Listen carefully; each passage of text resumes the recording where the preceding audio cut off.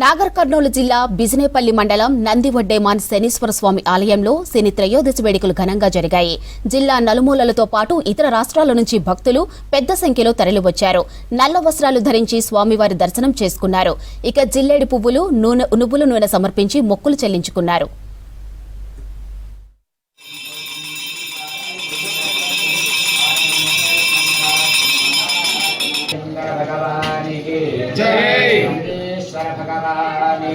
जय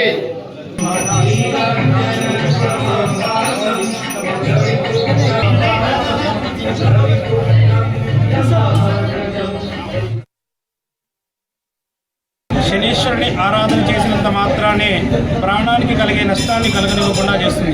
ఈరోజు స్వామివారికి విశేషంగా నల్లని వస్త్రాలు ధరించి వాటిపై స్నానం చేసి నువ్వుల నూనె, నువ్వులు, జిల్లేడు పూలు సమర్పించి స్వామివారికి నువ్వులతో అష్టోత్తర శతనామావళి పూజలు జరిపించి ప్రదక్షిణ మహామంగళారతి తీర్థ ప్రసాదాలను స్వీకరించినంత మాత్రాన్ని స్వామివారికి అభిషేకించినటువంటి తైలాన్ని తన శరీరానికి తలకి లేపనం చేసుకుని మహాప్రసాదంగా స్వీకరించడం, ఆ తర్వాత శారీరక, మానసిక, ఆర్థికంగా ఆకస్మికంగా ప్రమాదాలు, వివాహం కాకుండా ఉండేటువంటి వాళ్ళందరూ కూడా స్వామివారి ఆలయానికి నిత్య నైమిత్తికంగా 7 వారాలు వరుసగా వచ్చి 8వ వారమున స్వామివారికి విశేషంగా అర్చన చేయడం జరుగుతుంది. ఈ విధంగా చేసేటువంటి అర్చన 8వ వారం పూర్తవుతుంది.